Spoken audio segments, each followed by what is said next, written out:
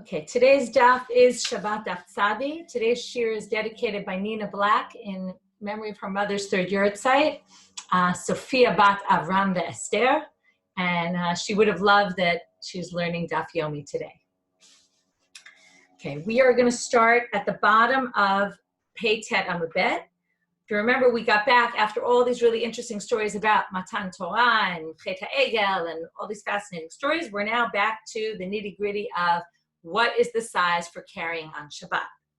And we're actually going to finish the 9th parak today and start with the 10th parak. So the Mishnah had talked about spices, the amount of spices in order to spice an egg. So the Gemara now quotes at the very bottom, 2 lines from the bottom, Tavlin kedei letabel beitzah kala. Ulaminu. This seems to contradict a Mishnah that we have in Orla, or we'll see, it's really a contradiction based on an explanation that we have on the Mishnah in Orla. Tavlin shnayim v'shalosh shemot mimin echad, o mishlosha minim v'shem echad, or maybe just mishlosha minim, we'll explain in a minute. The shem echad is in parentheses, so it's not clear whether we read that. Asurin u'mitzdarfim zeim zeh. If you have spices, now I'm going to have to explain a few different ways. Shnayim v'shalosh shemot mimin echad. So Rashi explains, what does that mean? It means, let's explain it literally, 2 or 3 names of one type. So there's 2 ways you could say it. Either it means 2 or 3 types of pepper. Let's say there's black pepper, red pepper, white pepper. That's the example Rashi brings. Others bring, what we mean is 3 different names of forbidden, for what it's forbidden for, like kilei kerem, orlin, avodah zarah, or something like that, where it has 3 different names of isurim.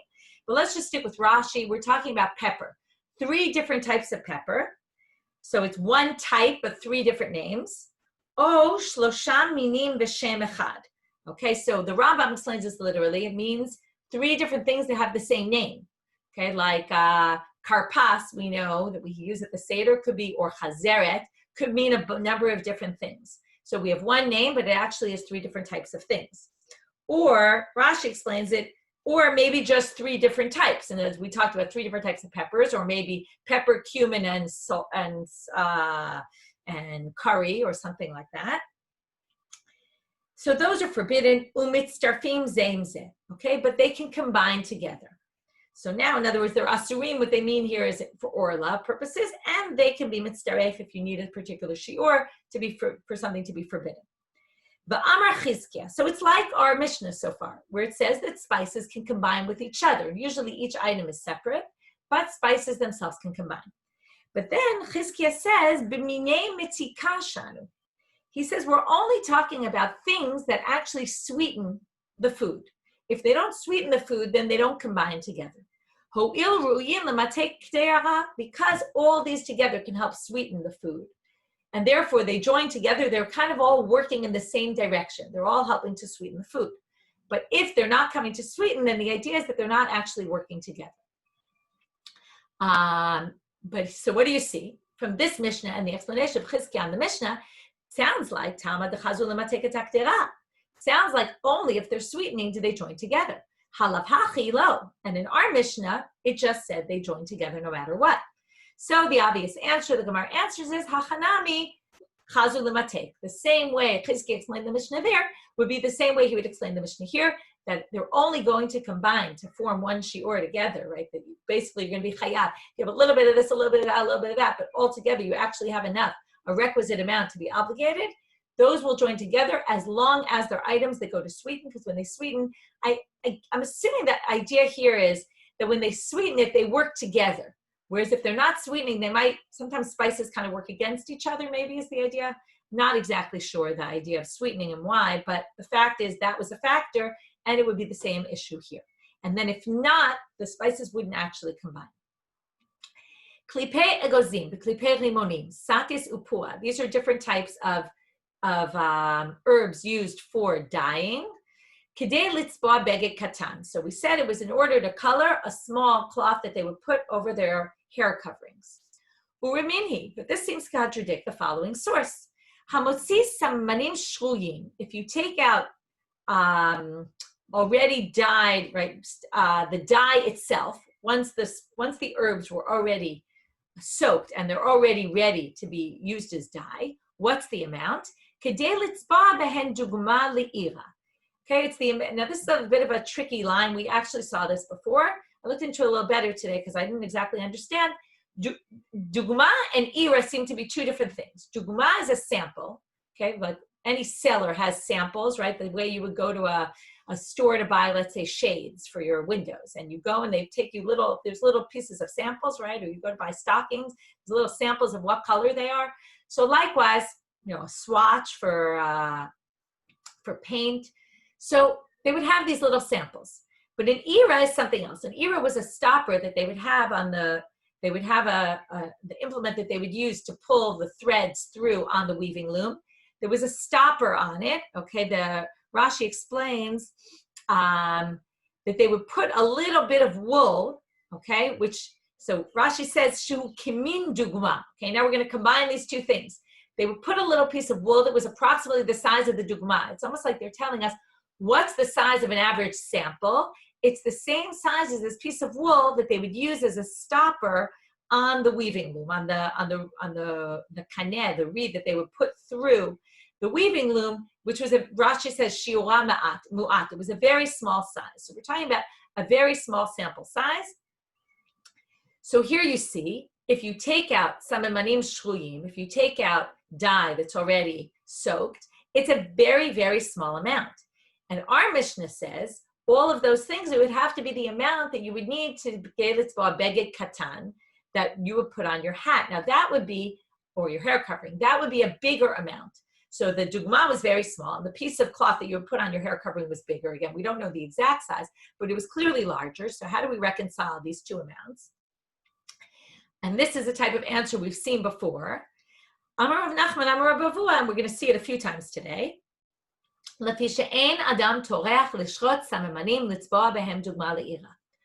first thing we talked about in the Mishnah was the raw materials, the herbs themselves, in order to turn them into dye. Once you have dye, right, for that you need a large amount, because you're not going to start going through the whole process of preparing dye for just a little amount. But once you already have the dye prepared, then already it makes sense that you would end up carrying a small amount just to make, to dye a small little piece of cloth. But you're not going to start preparing dye, like the raw materials, you're not going to use such a large amount, such a small amount. You're not going to go through such a whole process for such a small amount. So that's why we distinguish between the two sources. Me raglayim. Okay, now we're going to get into all sorts of interesting things about cleaning materials, or maybe you'll call them interesting, maybe you'll call them not so interesting. But they use urine as a cleanser. So now we're going to have a braita about this, and this comes up in a number of places. Me raglayim ad ben 40 yom. Okay, there's a lot of problems with the version of the text here. Okay, some people say ad ben 40 yom is the right text, and that means until 40 days. Okay, it's good. After, meaning it can be used as a cleaning material. After that, it already weakens, and most people say it's actually from 3 days after the urine came out of a person's body until 40 days. That's when it's the most potent, and you can use it as cleaning material. After 40, it's already not worthy, and until 3, it's also not really. That doesn't appear in this source, but I think it comes up in other sources. And the Mefarshim explain. Some people say it's without the word ad, and it's ben 40 yom, 40 days, meaning you have to wait 40 days after the urine comes out of someone's body, then it can be used as a cleanser.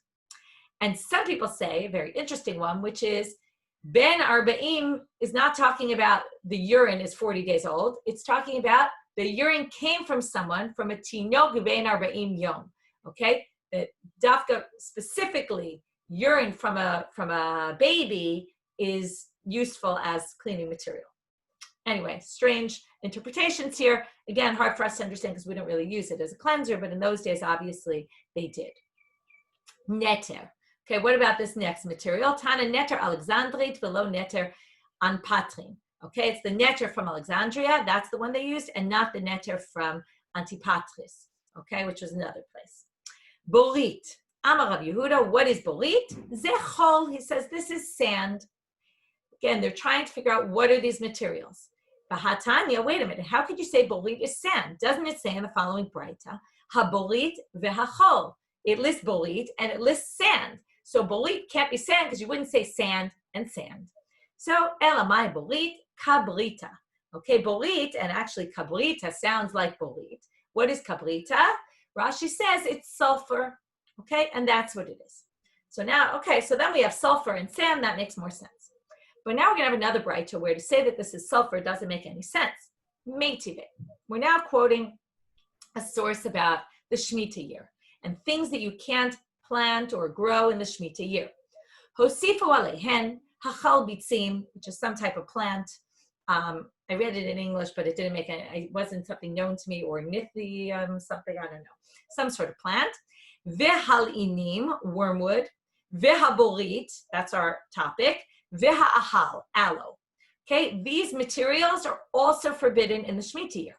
Now, what's the problem to say that this is sulfur?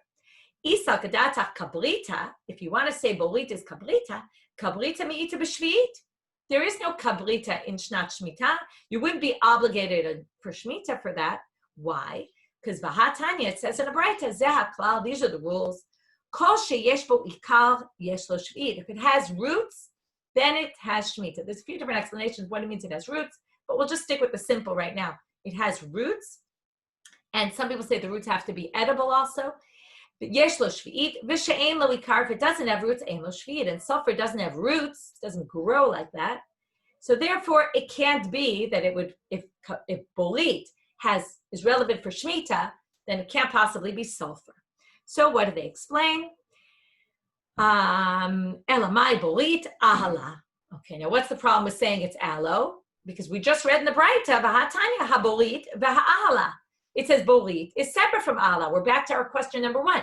We first said borit is chol, but if borit is chol, it says borit v'hachol. Likewise, here we're going to say it's ala, but it says borit and ahala in the Braita and Shvi'it. So can't say that. So therefore, what do they answer? Trei gavne ahala. There are two different types of aloe. One is called aloe, one is called bolit, and we've solved the problem, and that's what it is. Okay, moving on.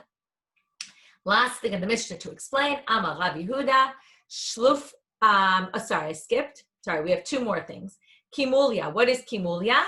Amar Rav Yehuda, Shluf dutz. Okay, it's dirt, that specific dirt that they called Shluf dutz, which is, we had this term before, it means pull it out and stick it back in.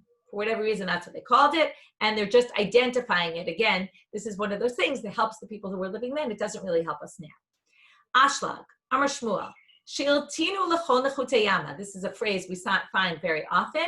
When they don't know what something means, they go down to the people who are they speak to the people who live by the sea, because there's all different people coming around and lots of different languages. Often words came from different languages. So they're the ones who generally knew what these were. And also they're the traders. So they know, they trade a lot of materials.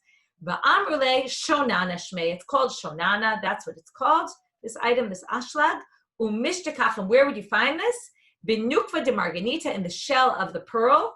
Umatkele beramtza de parzela, and you take it out with an iron skewer. Okay? So he's telling us what this is exactly.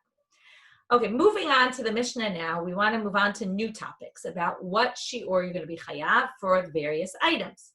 Pilpelet kolshu, right? We're still continuing on with all these new items. So, pepper, any size, okay? It doesn't matter what size, even a little bit of pepper. We're going to have to see in the Gemara what all these things are worthy for, why even such a small amount. We're going to now have, okay, it's interesting the way they're going, because we're kind of ending now this parak, and we're now going to the smallest shiur possible, right? Where it's almost like there is no shiur. Any amount you're going to be obligated. Itran, tar, kol shehu, any amount. Mine bisamim, any kind of spices or perfumes. Umine matachot, metals, kol shehem, any amount. Me'avnei mizbeach, ume'afar mizbeach, if you have from the stones of the altar or from the dirt from the altar, which if they came from there, they have sanctity to it and you have to bury them. So any amount. Mekach sfarim umekach mitpachotehen. You have books that were eaten up by insects or worms, or you have the covering of the Sifrei Kodesh, like a Sefer Torah cover that was eaten through by worms. Kol shehu, any amount. Why? Shematzmi'ino tam legonzan, because people save them in order to put them in the geniza, right, where we bury them, because they have sanctity to them, and therefore any size you're going to be obligated for carrying on Shabbat. Because again, once you gonzim, right, once you put something aside and watch over it and protect it until such time that you do whatever you want to do with it, that already makes it significant. Rabbi Yehuda Omer, Af hamotzi mishamshei avodah zara kol shehu. Says something very interesting. He says, even avodah zara, even though we don't use it for anything, we shouldn't be using it for anything, but if you take something that was serving avodah zara purposes, it's interesting the way he juxtaposes here Sifrei Kodesh to Misham, right, or covers of Sifrei Kodesh to things that cover or protect the idols, or that are used as accessories for the idols. Any amount you're also going to be obligated. Why? When you fight against the other nations, it says in the Torah, you can't cling to any little bit of items from the non-Jews that have to do with Avodah Zarah. So what do you see here? Any little amount has significance because you can't, it says me'uma, any little bit. Because it says any little bit in the Torah about it, the Torah actually gives significance to any little bit, and therefore if you carry it on Shabbat, you're obligated. Okay, Gemara. Now we're going to go through all these items. What are they worthy for? Pilpelet kol shehu l'may chazia l'reach hapeh. People will put it in their mouths. We saw this before to take away bad breath. Itran tar kol shehu l'may chazia litzlichata, for headaches. Okay, I'm not exactly sure how they use tar for headaches, but maybe they put it on them as I don't know exactly, but somehow they used it for headaches. Minei bisamim kol shehen. Tanu Rabbanan, hamotzi reach ra kol shehu. Okay, now we're going to have a braita that talks about this. If you take out something that has a bad smell, any amount you're going to be obligated. Now you might think, why would anybody be carrying something that smells bad? So Rashi says, shema'ashnim bahem cholim v'tinokot kigon chilti lahavriach me'alav nezikin. Okay, they would smoke up sometimes something that smelled bad in order to take off evil spirits. So what immediately came to my mind? Bug spray, right? You might think, why would anyone ever put anything that smells bad on them? But if you want to get rid of bugs, right, the best way to do it is to use that stuff that smells terrible, but it gets rid of the bugs. So likewise, when they wanted to get rid of whether it's evil spirits or maybe bugs or things like that, they would use some bad smelling item in order to take away either the evil spirit or whatever it might be. Shemen tov, we're now in the middle of this braita.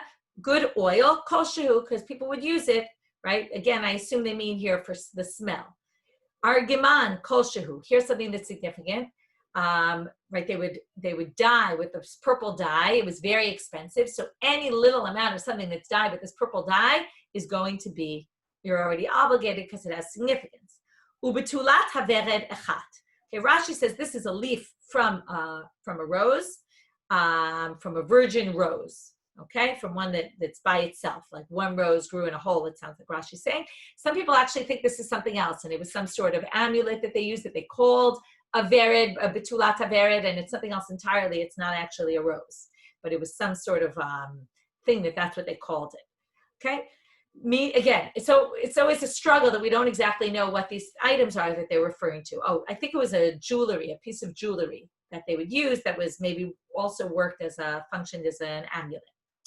Minei matachot kol shehen, metal, any size. L'may chazu, what are they used for?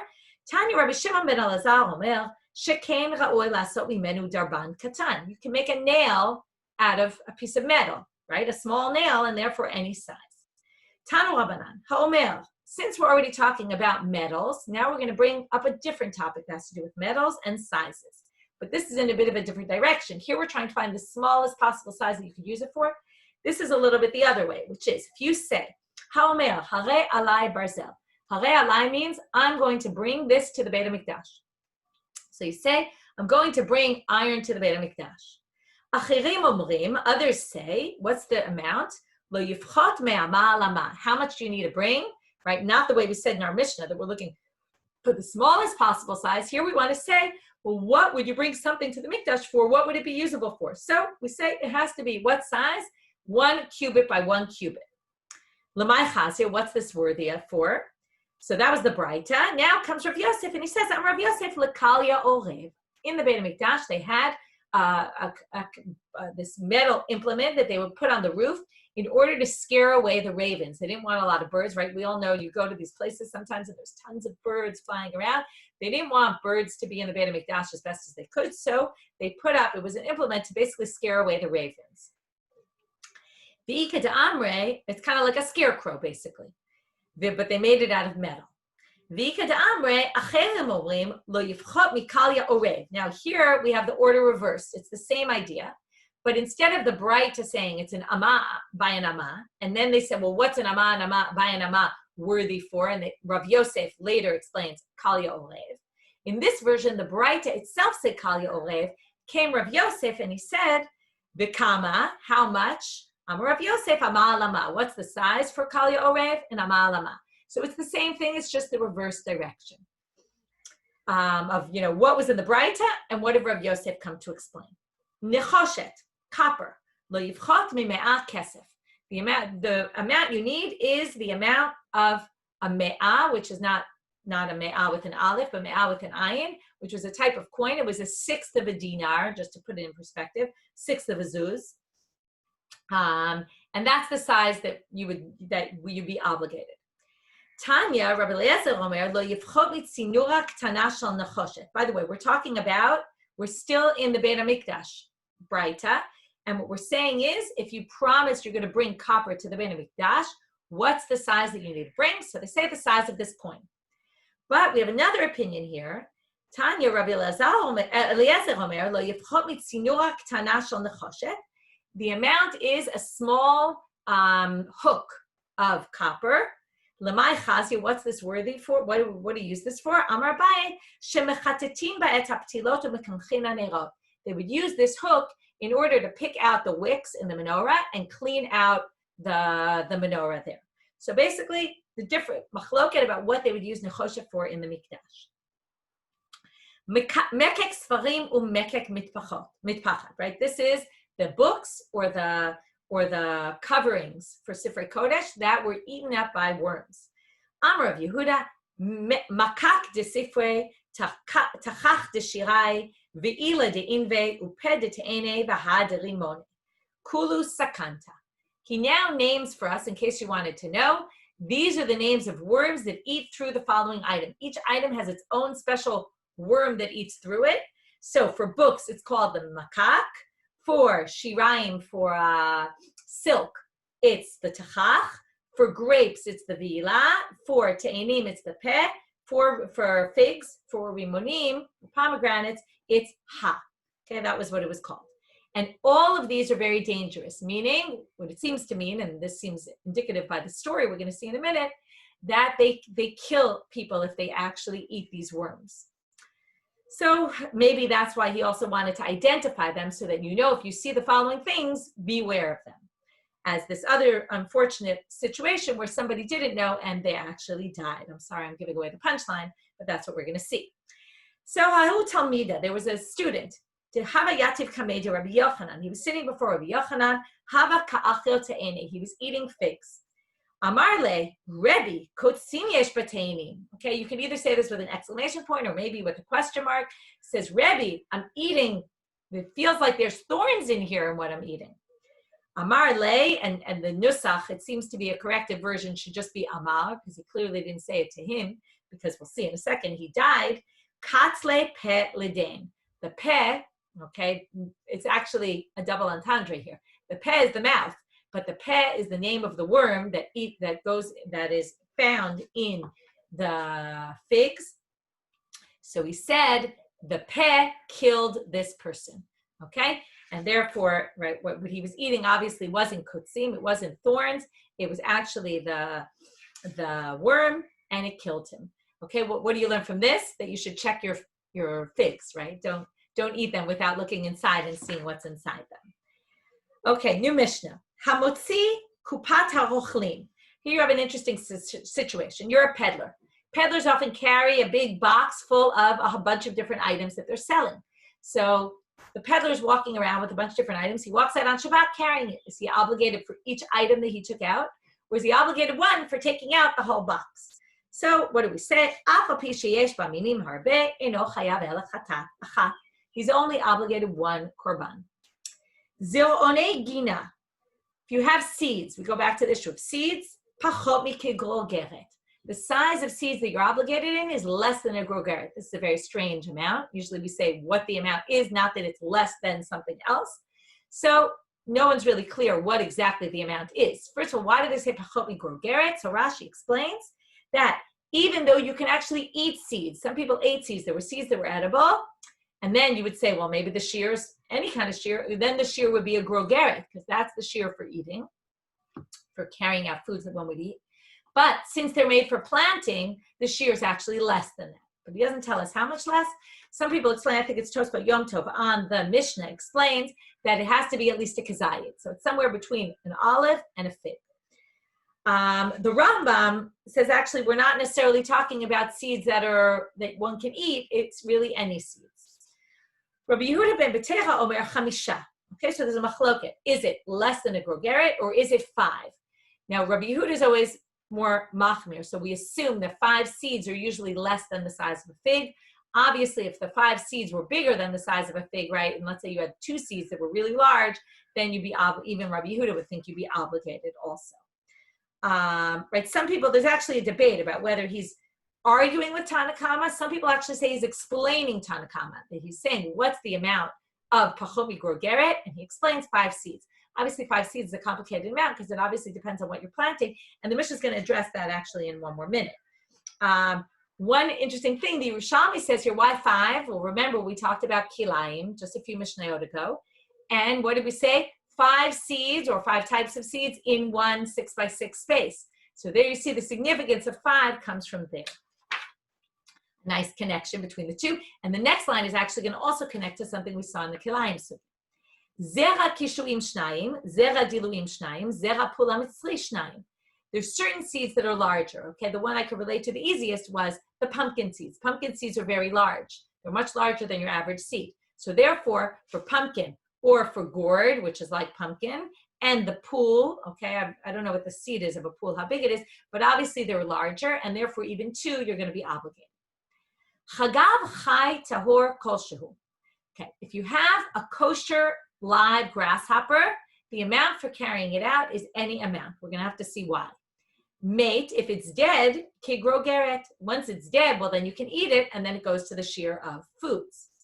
Tziporet kramim. This is a type of grasshopper. Bein chaya, bein meta koshu. Whether it's alive or whether it's dead, it's any amount. Shematzniim ota lerefuah. Because people would hide it, they would not hide it, they would store it for healing purposes. Okay, we're going to see in the Gemara later what exactly they used it for. Rabbi Yehuda Omer, Afam motzi chagav chai tamei, even if it's a live, non-kosher grasshopper, kol shehu, the shiur is still kol shehu. Why?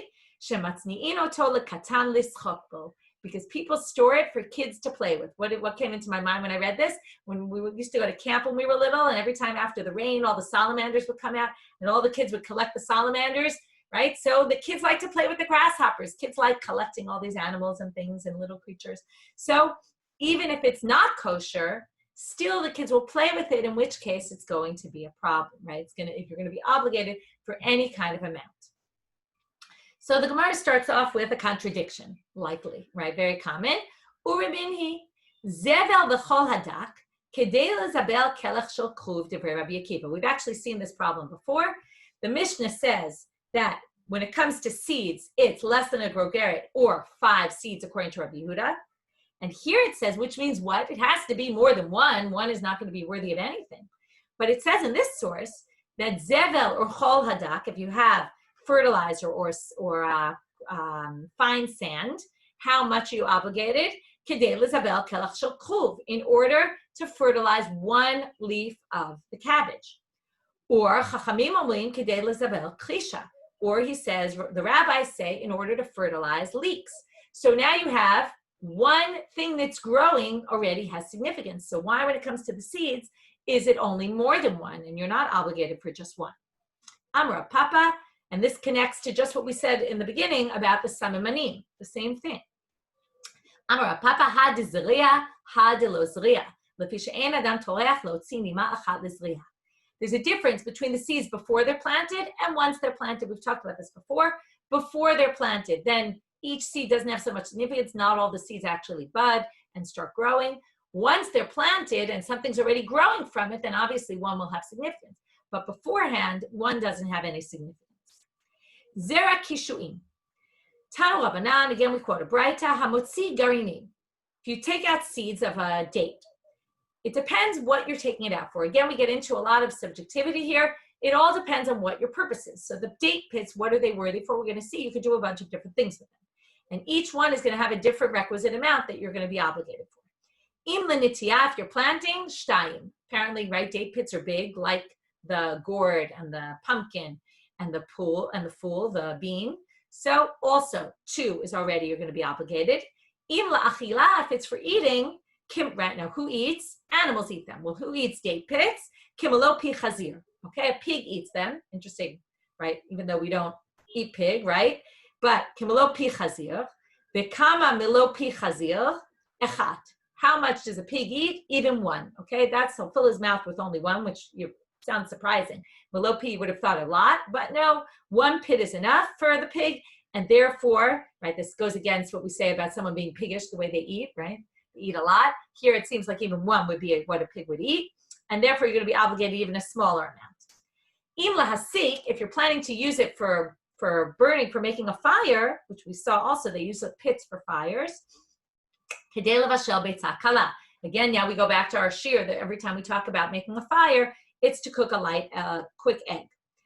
Im, here's a new one. Im lecheshbon, right, like an abacus. They would use the pits. Right, they would say, okay, here's 10 items. We'll put 1 date pit. That will count for 10. And then they put another date pit for the next 10 items. And they use the pits for counting purposes. So, im lecheshbon shtayim, 2. Acherim omrim chamesh. No, they say for 2 items, you wouldn't start putting pits down. You would only do it if you had already 5 items. Okay, but not 2. Tanu Rabbanan. Hamotzi shnei ninim mizanav hasus umizanav hapara chayav. If you take 2 hairs from the tail of a pony or a tail of a horse or the tail of a cow, you're chayav. Why? Shematzni'im otam lenishvin. They would use it for a trap. They would use the hairs as a trap for birds. So 2 already is enough of a shiur. Maksha shel chazir achat. If you have a hard, like a brittle hair from a pig, then even just 1. Rashi says that they would use it actually as a needle. Okay, it would function like a needle. It was that hard. Tzurei dekel shtayim, tzurei dekel achat. Okay, tzurei dekel are the like if you peel off the outside of the tree, of the palm tree, or like, actually no, it's the palm fronds. Okay, like from a lulav. So those you would make wicker baskets out of them. So those you would need 2. Tzurei dekel, this is the part that you would peel off, like the hairy like stuff on the trunk of the tree. Even 1 is worthy for something. Okay, what is it worthy for? Look in Rashi. Rashi says, Lo yadate lamai chazi. I don't know. Okay, I have no idea what they use this 1 hair for, these fibers. What 1 was worthy for, I have no idea. And now we're going to get into the grasshoppers and the children playing with grasshoppers and some interesting things. Tziporet kramim, ben chaya ben meta, kol shehu. So first they say, my tziporet kramim. Okay, first we're just going to try to identify what type of grasshopper is this. Amarav palya be'eri. Okay, that didn't really help us, but it helped obviously them, right? He identified it by a grasshopper that they knew in their day. In case you didn't know what this was, comes Abai and he tells you where you could find this grasshopper. Amar Abai, umishtakach b'dikla dechad nevara. Well, we just talked about the fibers of the dekel tree. So sometimes you would have a tree. You would have a palm tree that has 1 vine going around it or something like this. So if you have a tree like that, then that's where you would find this type of grasshopper. And what would they use it for? In the Mishnah, it said for refuah purposes. Here they say, avila lechochma. It was a skula for intelligence. Okay, if you wanted to be smart, this is what you would do. Okay, it's going to be an interesting thing. You want to try it at home, I challenge you. First, you would eat the right half of the grasshopper. Okay, you cut the grasshopper in half, take the right half and eat it. Then, palga desmale ramale begufta dinachsha. You would put the left side of the grasshopper in a copper tube. You would seal it with 60 seals. We've seen this a number of times, right? This is an amount they like to use a lot. I'm not sure, right? It's one of those magic numbers. 60 seals you would put on it. It means make sure it's sealed really tight. Last time we had a copper tube, we also sealed it with 60 seals. B'talela be'ivra dismali, and you put it on your left arm. V'simanech, and how do you remember this? Lev chacham limino, v'lev ksil lismolo. Right? The lev of a chacham is on the right, and the heart of a stupid person is on the left. Now, your issue is you want to be smarter. So you put it on your left side, which is your weak side in terms of intelligence, and you want to basically counter that weak side and make it stronger. And what does this mean? Really, it means, right, if you're going to go to the right, that's the right way. The smart people go to the right.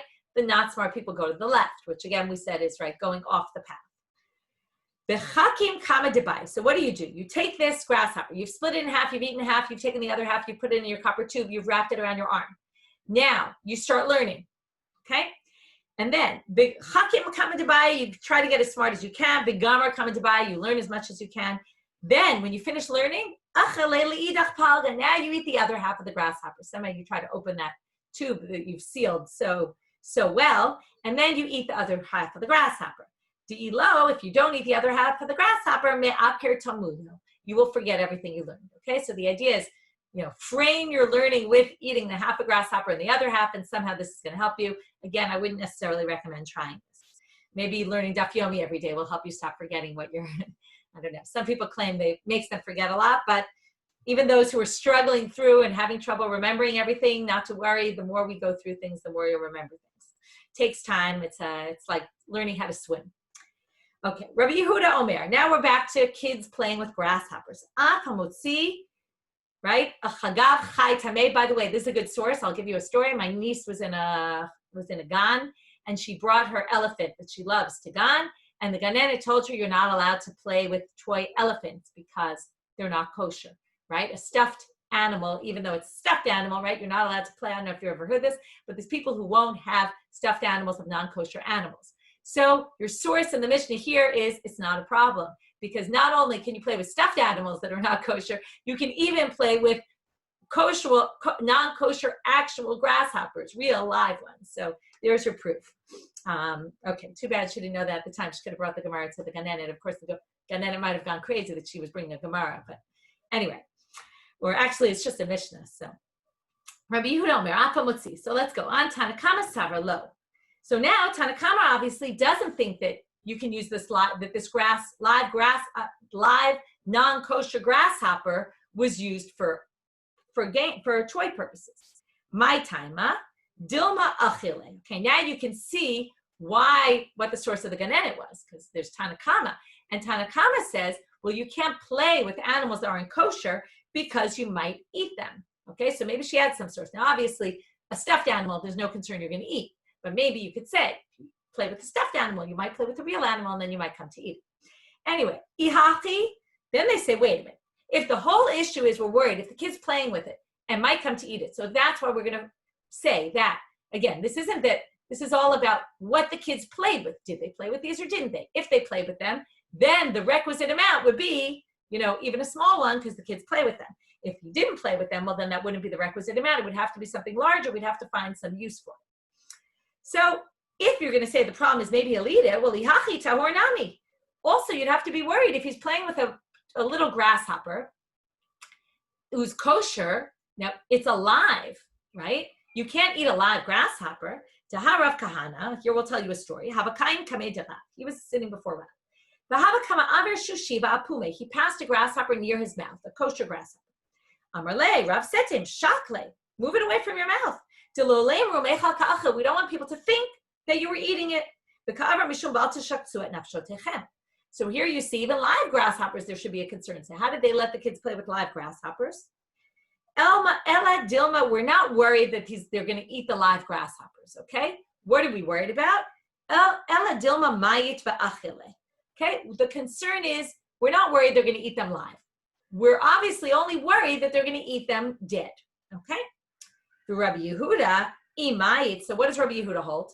If he's not worried about the tamei, right? He says the tamei also they will play with, and we're not worried that they're going to eat it dead, because if they eat it dead, it's not kosher. Why aren't we worried about that? Here's a great line to end the parak.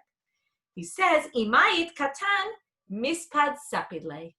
If the kid is playing with the grasshopper and the grasshopper dies, there's zero chance the kid is going to eat that grasshopper. The kid's going to cry, and the kid's going to make a eulogy about the grasshopper, and the kid's obviously not going to eat it, right? This reminds me in camp, we would have these little funerals for the dead animal when the animal, whatever died. So here you see the animal has this sympathy. It's certainly not going to eat the grasshopper, nothing to worry about. Hadra lacham Rabbi Akiva. With that, we end the 9th perek. Moving on to the new perek. Hamatznia. Now we're back to people who, again, all about subjectivity. If somebody decides they were going to use this for something, right, then, and they store it, then already it has significance. So we're going to talk about this now again. Hamatznia lizera. You have to wonder why they're coming back to this topic. Maybe they're finishing with what they started with, right? It came up in the very beginning, and now they're going back to it. Hamatznia lizera uledugma ulerefuah. Okay, if you store something to plant it or to make a sample out of it, we're reviewing all the topics we talked about before, or for an amulet or for some sort of medicinal value. Shabbat, and then you took it out on Shabbat after you put it, you put it aside. Chayav b'kolshu, any kind of amount you're going to be obligated for if that's the amount that you stored. But anybody else, just because you stored it, anybody else wouldn't be obligated for that amount. But if, now this is interesting, you took it out for the purpose that you stored it, then you decide you don't want to use it for that anymore, and then you bring it back inside. Are you obligated for bringing it back in? No. Only then it reverts back to the original shiur for that item, for the standard, the objective. So the Gemara first asks a question. And this is something we asked before, which is, it doesn't necessarily have to be that you stored it. We just talked about the date pits. It depends on why you're taking it out. If you have a purpose for it, it doesn't matter whether you stored it or not. If your purpose is to take it out for something significant, then already it has significance for you, even in any amount. So why did the Mishnah specifically say hamatznia lezera? It should have just been hamotzi lezera. So what do they answer? Here's a good one about human nature. Let's say you stored it, and then you forgot why you stored it. And now you just take it out, and you don't remember anymore what you're taking out. This happens to me all the time. I go to do something, and then I already forget what I was going to do, or I forget why I went to get something. I don't even remember why I went to get it, right? So here, you took this, you stored it. You don't remember why you stored it. Now you take it out. So ma'u detema bitule bat lamachshavto. Now, what did we say before? If you took it out and then changed your mind and said, I don't plan to use this anymore as a sample. So now when you bring it inside, it's no longer, that's not the important shiur, right? You're not going to be obligated because you changed what it was used for. But if you just simply forgot, then you haven't canceled out your original use. Only if you change your mind.